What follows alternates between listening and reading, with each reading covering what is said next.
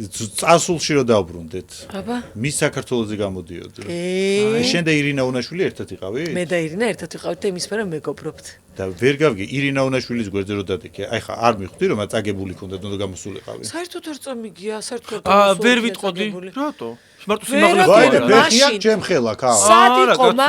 სად იყო მაშინ ინტერნეტი, სად იყო მაშინ მე ვიქე, სოციალური უნდა მე- ქსელები რო გამოქვეყნდა ჩვენი ფოტოები მაშინ იყო როგორ იცი არჩევით ასეთი ლახანკა კომპიუტერი იდგა ასეთი დიდი და იქ იყო გამოსახული ჩვენი ყველა მონაწილეების 20 გოგოს ფოტოები ვინ გაიმარჯვა გამოკითხვაში ინტერნეტში ვინ? მე მართლა? დიახ.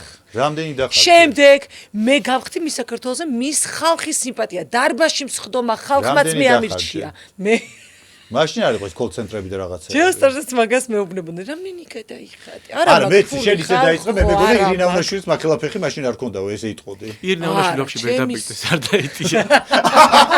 მე მგონი ირინა მიმიტომ წააგო რომ ამ ფოტოებში ესე მოხვდა წაარი თავი არ წაუგე ეს ყველა მონაწილე და ვეცე დაგიჭირება. ირინა უნაშვილის ფოტო თუ გინდათ ჩამოსკროლეთ რომ ზემო წაგეთ. ნაკი სხვებს რო დასიძეს თვითონ ხო სამოდელო კარიერით კი გამოჩნდა.